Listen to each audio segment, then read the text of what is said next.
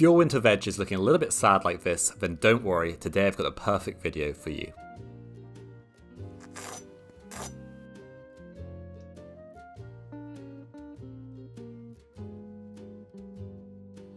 Welcome back to the Earthy Goodness Kitchen. Today I'm going to be showing you my top tips for cooking incredible winter vegetables. Cooking vegetables sounds really simple, but it can easily go wrong. So today I'll be demonstrating different cooking methods, preparation techniques, but also some really delicious sauces and glazes that pair perfectly with the different vegetables. So let's get cooking. I've got a selection of winter veg including carrots, parsnips, celeriac, and beetroot to use today. One of the best ways to get flavour out of your winter veg is to roast them, and I've got a few good roasting tips for you. Firstly though, I've got a few different beetroot that we're going to be roasting, including standard beets, cylinder beetroot, candied beetroot, and golden. Each have a slightly different flavour and texture, so it's really nice to use a great variety.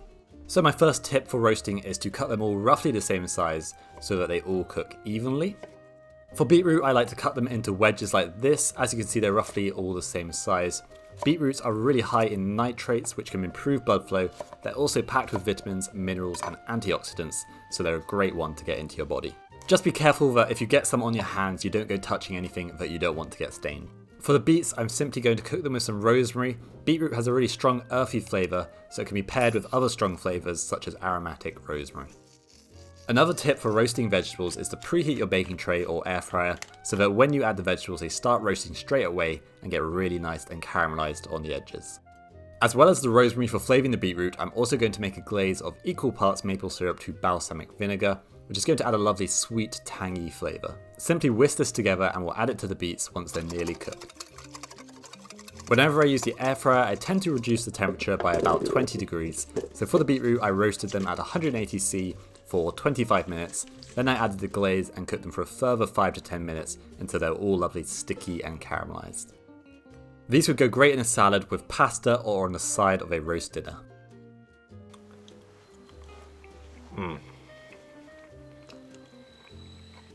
Amazing.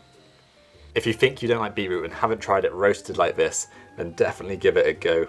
The sweet glaze contrasts perfectly with the earthy flavour of the beetroot, and it's got nice tanginess from the balsamic, and it's just really delicious, so give it a go. Next we're making these polenta crusted parsnips. These are so delicious I could easily eat them on their own as a tasty, healthy snack. As long as you have washed your parsnips, you can leave the skin on as there's a lot of nutrients just under the skin. Parsnips are full of fibre, more than twice as much as potatoes. They're also packed with vitamin C, which helps with your immune system. To keep the nutrients intact, it's best to eat it raw, so later in the video we'll be making a delicious grated parsnip and other root vegetable salad. So in a separate bowl I'm going to combine the polenta with sweet paprika and some dried oregano. You could use semolina if you wanted. Polenta is made of corn, so it's gluten free, whereas semolina is made from wheat, so that's one thing to keep in mind. I just wanted to quickly show you the difference between some non-organic parsnips from the supermarket and these amazing organic ones that my brother has grown. So here is the non-organic one from the supermarket, and it is perfectly straight, doesn't really have any character to it. Whereas here are the ones that my brother has grown. They've got knobbly bits on them, they've got dirt on them, they've got bits where slugs have eaten them because they've come from proper soil, and I can guarantee they're going to taste 10 times better than the supermarket ones. Toss your polenta mix onto the parsnips and toss to coat. They're looking amazing before I've even cooked them, so that's always a good sign. I'm going to be using this baking tray which has holes in the bottom, which is great for getting heat to the bottom of the veg so it gets nice and crispy. I've also preheated the tray, and then another tip is to keep your veggies separated from each other to ensure they get nice and crispy. If they're too close together, they'll steam and will be soggy. I roasted these for about 40 minutes at 220 degrees, and I turned them just once halfway through the cooking time. Try to resist turning them too often as you want to leave them to get a nice golden crust. After 40 minutes they'll be beautifully crispy on the outside and soft and fluffy on the inside. These are delicious dipped in hummus or any dip of your choice, on the side of a roast, or they'll be lovely in a kale salad with some thinly sliced apple and a mustard dressing. These crispy parsnips are one of my favourites, so let's give them a taste. Lovely, really nice. You've got sweet earthy parsnips and that pairs perfectly with a smoky paprika, and then you've got a lovely moorish crunchy outside from that polenta. Before we roast our next winter vegetable, I'm going to add in a whole bulb of garlic, ready for the roasted garlic Caesar dressing we'll be making later on in the video. Simply cut the top off your bulb of garlic, drizzle with oil, a little salt, and wrap in foil, and then we'll roast it for around 40 minutes until beautifully soft. For the carrots, I'm keeping them fairly large. I'm just going to cut them in half. If you are preparing them like this, make sure the carrots are similar in size. Great thing about carrots is they contain something called carotenoids, and these are great for your immune system, eye health, and your skin. Once again, I'm not going to be peeling them, but you're welcome to if you'd like to. I'm simply adding olive oil, salt and pepper, and it will make a delicious glaze for them. Toss to coat them, or if you want them properly coated, get your hands in there and give them a good massage. Then lay them out onto a preheated baking tray and make sure they're separated so they all have enough space to roast properly. For this delicious glaze, I'm going to be using Dijon mustard, wholegrain mustard, maple syrup, lemon juice, and fresh thyme, and then just simply whisk to combine. A good way to utilise the heat of the oven is to place the tray at the bottom so it gets lots of heat from underneath. This will help caramelise the carrots, but you should just make sure you check them every 10 minutes or so to ensure they don't burn. As you can see, they've gone beautifully caramelised and are ready for the glaze. These took about 30 minutes at 220 degrees, then I glazed them and returned them to the oven for another 10 minutes. I like to keep a pastry brush on hand when using glazes so you can use it to brush it all over the vegetables. Another tip when roasting veg is that although you don't want the veg to burn, don't be tempted to check the oven every 5 minutes or you'll lose a lot of heat from the oven. These would be delicious with a roast, simply drizzled with tahini or served with a hummus and salad. Right, I'm just going to use my hands here. Yummy, yummy, yummy. The final veg we're roasting is celeriac or celery root. It's got quite a mild, earthy celery flavour, slightly nutty, and is perfect roasted. The best way to prepare this is with a peeler. Some people will use a knife, but I find that you lose quite a lot of the vegetable. With a knife, it's really easy to accidentally take off a lot of the actual flesh of the vegetable. I also quite enjoy trying to see how long a piece of peel I can get. I will just use a knife at the end just to get the root off, as it can be quite thick and muddy. Celeriac is packed with antioxidants, vitamins and minerals, particularly high in vitamin B6, K, C, potassium, and it's very high in fibre. Once you've got a nice clean ball of celeriac, you can simply cut it into cubes. Half of this I'll be saving for the root vegetable salad and the rostis that we'll be making later. Like most vegetables, celeriac can be eaten raw and cooked. Some vitamins, such as vitamin K, are less present once cooked, so it's great eaten raw in a salad or pickled. Toss the celeriac in olive oil, salt and pepper, and then we're going to make another delicious glaze. Into a bowl I'm going to be adding sesame oil, maple syrup, apple cider vinegar, zested ginger and garlic. Then just whisk together. This is great for the celeriac as it adds quite a strong, unusual flavour, so it can handle the strong flavours like the ginger and the garlic. The celeriac took quite a bit longer than the other veg. I roasted it for 40 minutes before adding the glaze and then cooked it for a further 10 minutes at 220 degrees. This would be really delicious with some fried rice next to a roast or in a curry.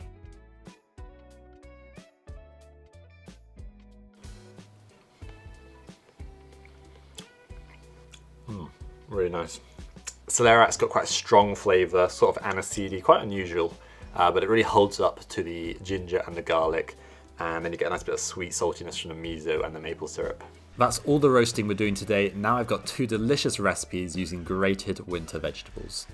I'm going to be cheating and using my food processor, but you can of course use a grater. Starting off, I'm going to grate some carrot and parsnip. Then I'm grating some beetroot, which we'll be using in the salad but not in the potato rosti. I also grated some potato for the rosti but forgot to film it. Into a cloth add the grated carrot, parsnip and potato, then mix through a good few pinches of salt. This will draw out the moisture from the vegetables so that when we go to fry them they get nice and crispy. These rostis are a bit of a treat as they're fried in oil, but they are totally worth it. After about 20 to 30 minutes you'll be able to squeeze out all the moisture from your veggies and get them nice and dry.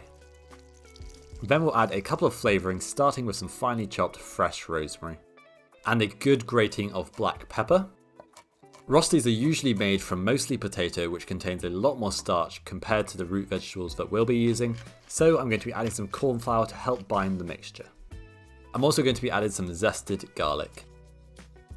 Give this a good mix to ensure all the flavours and starch are distributed evenly through the rosti mix. Then into a ring mold or scone cutter, push your mix firmly down. It's important to get it really well packed so that they stay together while cooking. If you don't have a ring, you can mold it with your hands, but they might be a little bit more rustic. Or you can even use the whole pan and make a massive rosti. I like to get them all prepared before we start frying. Into a frying pan, heat up a good tablespoon or two of oil over a medium heat. You want it hot enough to stop the rosti from absorbing too much oil, but not so hot that they burn before they are cooked through the middle. Fry for 5 to 8 minutes on each side, checking underneath occasionally to ensure they're not burning. You can then remove them onto some kitchen paper to soak up any excess oil so that they remain nice and crispy. This is a lovely alternative to the traditional ones made with just potato, as they've got more flavour and more nutrients. And they're perfect with a dip of your choice on their own or with scrambled tofu for breakfast. Alright. Oh, so crispy. The garlic and the rosemary really packs a punch. That is a tasty treat. Oh, that's so garlicky, really nice. Next we'll be making this really tasty winter slaw, which is a great way to use up root vegetables. Firstly, we're going to finely chop some fresh herbs. I'm going to be using parsley and mint. Feel free to use whatever you have on hand. Add your grated root vegetables to a bowl and just look at that colour, you know that's going to do you some good. Then for some additional crunchy and nuttiness, I'm going to be adding some chopped hazelnuts. Walnuts would also work great well, or any nut that you've got. Then some dried fruit. I'm going to be using cranberries, which are one of my favourites. They've got a lovely sour and sweet flavour. Now it's of course got to have a dressing, so I'm going to be using some wholegrain mustard. I've just got this apple and ginger juice which was in the fridge, but orange juice would work well as well. Then some salt, pepper and olive oil. Feel free to leave out the oil if you don't want to use it. Whisk your dressing to emulsify it or shake it in a jar and then pour onto your salad.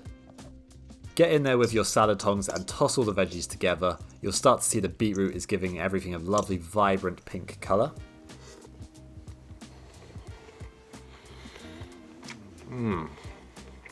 So lovely and fresh. The carrot and the beetroot just make it lovely and juicy. And then you've got nice bits of chewy cranberry. Freshness from the mint and the parsley. That is delicious. And then some nice nuttiness and crunch from those hazelnuts. I love using this in wraps with some crispy tofu and hummus, or just on the side of a main. So we're not done yet, we've still got 2 incredible ways to use winter vegetables, starting with this delicious parsnip mash, and then we'll be making some amazing pickled root vegetables. For the parsnip mash, we do want to peel them so we get a nice smooth consistency. Then cut into equal sized pieces so that they cook evenly. Add them to a pan with some vegetable stock, a bay leaf, 1 crushed garlic clove and a little bit of oat milk. Bring this to a simmer and then we're going to place the lid on top and lower the heat. Cook this for about 10 to 15 minutes or until the parsnips are beautifully soft. Strain your parsnips, keeping the liquid. We'll be using this to loosen up the mash, or you can use it in a soup later on. This is a potato ricer. It's the best tool for making amazing mash, including this parsnip mash. Simply pass it through and then we'll add some delicious seasonings. I'm going to add some grated nutmeg, which goes great with creamy things like this mash. Then I'll add some lemon juice just to brighten it up a little. Parsnips have quite a sweet and earthy flavour, so they go great with nuts. I'm going to be adding some ground almonds. And lastly, some finely chopped parsley. Mix to combine and then you're ready to serve it up. To garnish it, I'm going to drizzle a little olive oil over, some more parsley and a little grating of nutmeg. This would be delicious next to a pie, with a stew, or simply spread on some toast. Just toasted a quick bit of bread and I'm just going to get my parsnip mash and spread that on, and that is going to be really, really tasty, I think.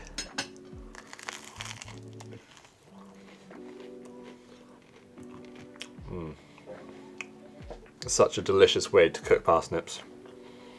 Earthy, it's sweet, it's nutty, and then you get a nice bit of freshness from the parsley and the lemon juice. Really nice. That's a winner right there. Our last vegetable preparation technique is going to be pickling. This is a really quick pickling method and they'll last in your fridge for about 2 to 3 weeks. You can prepare your veggies however you like. I'm going to be making some ribbons, slices and batons.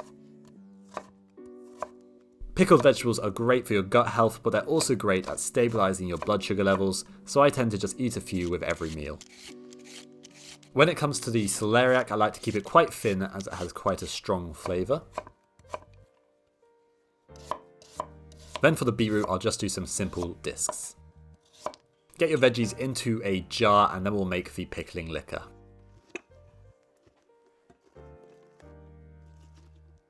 To start the pickling liquor, I'm going to add some coriander seeds and mustard seeds to a pan.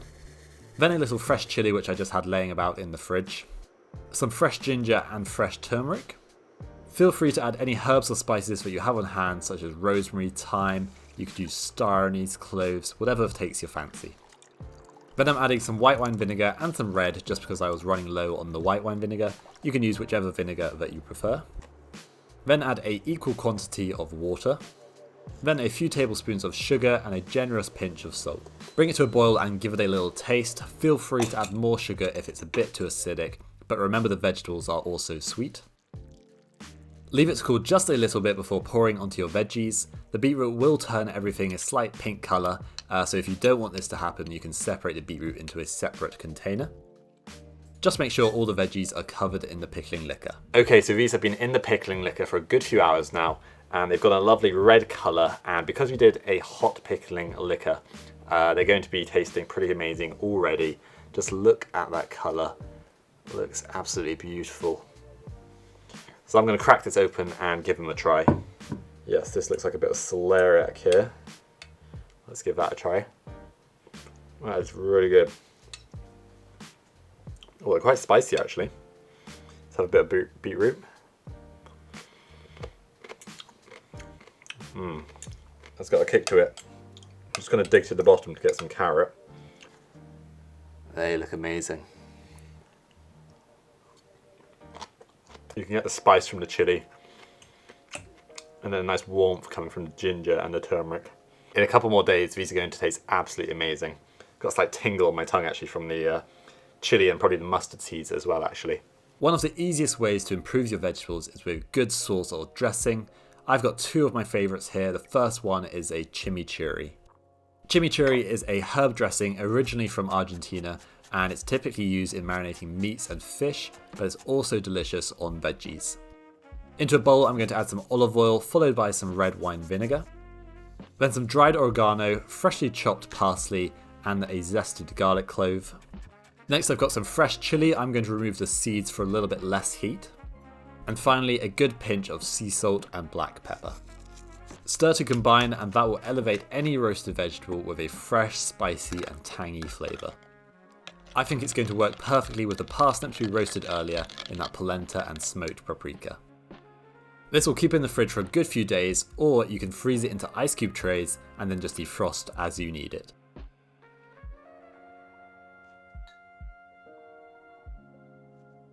Finally, we're going to be using that roasted garlic clove that we prepared earlier in this Caesar dressing, a favourite of mine at the moment. Into a blender, we're going to add cashews. You may want to soak these beforehand depending on how powerful your blender is. Then add some oat milk or water, followed by some nutritional yeast. The juice of half a lemon. And of course the roasted garlic. This was an absolutely massive bulb, so I'm just going to be using half. Simply squeeze it out of the peel.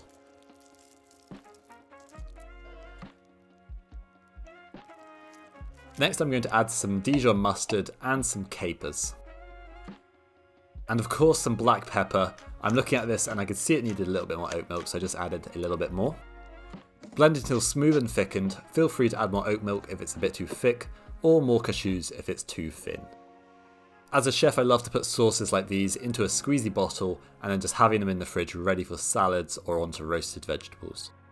This would of course go great with like a crispy chickpea Caesar salad, or it's going to be lovely with these maple mustard roasted carrots we did earlier. I hope you enjoyed today's video. Be sure to check out this video for some more plant-based goodness and subscribe to this channel if you're new here.